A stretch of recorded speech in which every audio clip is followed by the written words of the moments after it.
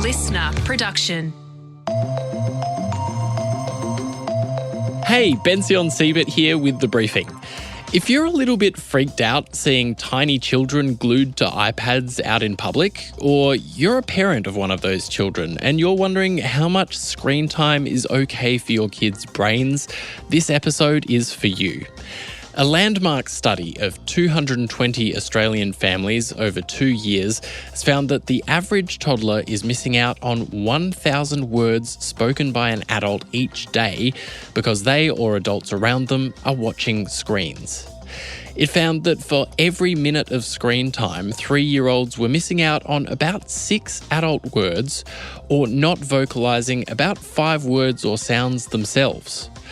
But are we all just being a bit scared of technology here? Or should we be genuinely worried about the effect this is having on kids' brains and their development into adults? And what about us? Are we constantly squandering our own development as adults by constantly staring at screens? To take us through what the study found and the latest evidence on all this, we're joined by Dr. Mary Brushe, Senior Research Officer at Telethon Kids Institute.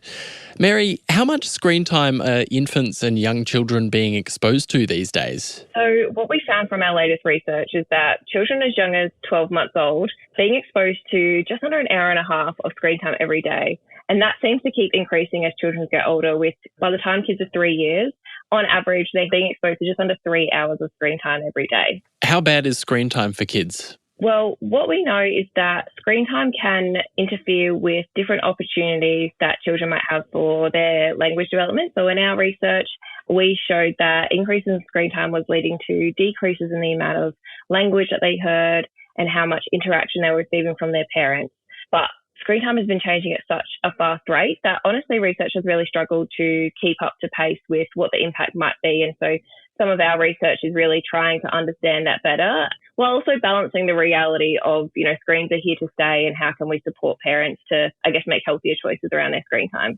Is this parents watching screens or children watching screens? And is there a distinction? In our research, we captured all screen time around the child where we could hear some sort of electronic noise. So the way we measured screen time in our study is we actually used this advanced speech recognition technology that's kind of like a Fitbit, but instead of counting the number of steps you take, this device would count the number of words the child heard and spoke over a day, and also the amount of electronic noise they were exposed to. And so what our research team did is we actually went and listened to all that audio where electronic noise was flagged. And then we separated out what was screen time versus other electronic noises like a microwave beeping. And so for us, that might have been the TV being left on in the background. It might have been the parent watching something. It definitely was a lot of children's screen time content as well. And I think in terms of what the differences are, that's something that we still really need to explore. But we know that no matter what the screen time, our research showed that it is still kind of interfering with those opportunities for conversation and language. Why isn't the language that children hear on their screens contributing to the development of their brains in the way that conversation with adults might? So what we know for really young children is that they often struggle to translate what they see on the screen into real life. And so it's not to say that they're not getting any sort of language benefits from the screen. If we're choosing really educational content that's age appropriate and designed in a way to sort of help facilitate that language, that can sometimes be a really great option. But nothing's going to replace those conversations that they hear from their parent or those extra words. And so we would encourage parents to try something called interactive co-viewing, where the screen content might be on, but what we would recommend is maybe the parent, singing along to the child's favourite theme song or repeating the words and phrases that come up on the screen. So that's really embedding in the child's sort of everyday life. How impaired can we expect kids exposed to lots of screen time to be as they grow up into older children and adults? I think that's really a question that we're still not sure about. So there's more research coming out every day, ours included. And what ours showed is that they're missing out on these language experiences. What we know from previous research is growing up in a language-rich home environment where there's lots of talking and interaction is really important when it comes to children's early language development. And that's one of the most important milestones that children need to reach to set them up for schooling and into adulthood. So we have reason to be a little bit concerned, but I think there's definitely things parents can do to try and mitigate that and, become more aware of what the evidence is saying. What would be your top tips for parents to ensure that the screen time isn't diminishing the language development of their children? So I think some of the things that I've touched on, trying those interactive co-viewing moments where you can, repeating words and phrases from the screen, or, even starting a conversation with your child after the screen's turned off about their favourite character or something that happened on the show in their last episode. Choosing that high quality educational content that's really designed in a way for the age of your child is really valuable. And one of the things that we do also try and recommend is not leaving the TV on in the background. So we know lots of parents do like having noise around them. And so if they want something like that, maybe opt for a podcast or music instead, just because the TV is going to be quite distracting. So even if you think the child might be doing something else, like you're playing or feeding, they're still going to be distracted by that TV in the background. And so we see that as, an easy way to kind of cut back on some of that screen time that the child's being exposed to. So what you're saying is that parents should be constantly listening to episodes of The Briefing, just on and on and on and on. Exactly our recommendation. We do have some parent-specific podcasts if you want to go to the Listener app. But what about us? Is there any research into the effect of screen time on adults? We're all constantly looking at our screens. Yeah, and this is the thing. So screen time is just everywhere. And my research hasn't focused on adult screen time. I know there's just lots being published all the time.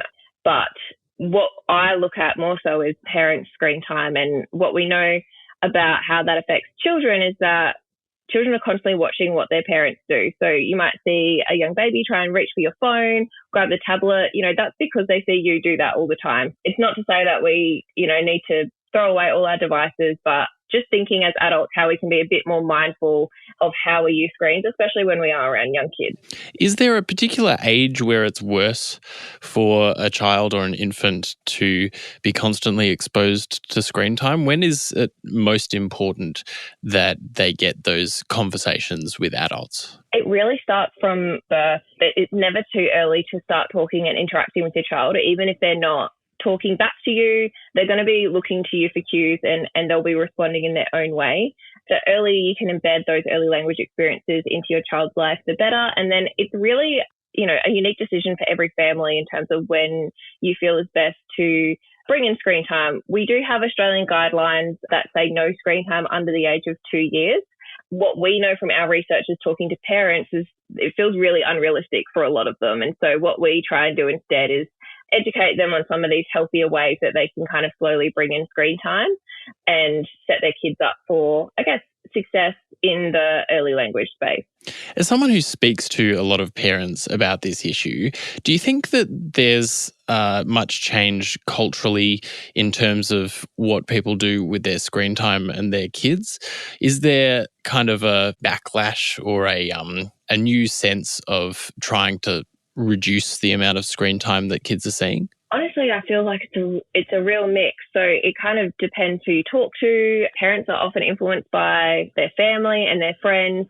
You hear really different experiences kind of depending what circles they go in. And, one thing that we often hear is when we talk to grandparents and their experiences with screen time and, just the TV in the family living room. And now they often are quite worried about the child being on a phone or tablet, whereas maybe for the parent, it's, part of their everyday life and they sort of grew up using these things as well. So it is really varied. I think one thing that we always want to emphasize is that we never want to make screen time be another thing that parents are made to feel guilty about and sort of, adding to that parent guilt.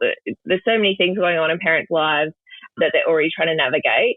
We hope that we can just bring some extra advice to them to, think about how they might use screens in the future. And just finally, obviously you've studied a very specific thing, but thinking broadly as someone who works in this space, what are your thoughts or feelings about the future in terms of screen time and the way that we use it? When we look to the future, it's really about balancing the benefits of screen time that we might see and how, these children are going to grow up in such a big world driven by technology, even more so than the previous generations. that we really need to try and harness what those benefits might be, but also making sure that we're mitigating any harms. And honestly, I think some of that does fall onto the app developers and the producers making this content to, I guess, try and bring out more content that parents can easily navigate, because there's just so much out there. And it is sometimes really hard for parents to even know if this is educational or appropriate for their child or not. And so I guess what I would just love to see in the future is some more guidance around the type of content and, maybe even some restrictions about what we're seeing being able to be developed for young kids to kind of protect them from some of those harms that we might see around screen time. Wonderful. Well, thanks so much for your time, Mary. I appreciate it. Thank you so much for having me. Dr. Mary Brushe there. And that's it for the briefing today. Check your feed again at 6 a.m. tomorrow for all the latest news and a deep dive interview from the morning briefing team. In the meantime, we're working on an investigation right now into Australia's online medical certificates industry. If you've ordered a medical certificate from one of these websites, did the doctor assess you properly before sending it through? If not, what were the consequences for your health? We're really keen to hear your experience. Send us a DM at The Briefing Podcast on Instagram. I'm Bension Siebert, and hey, thanks for listening.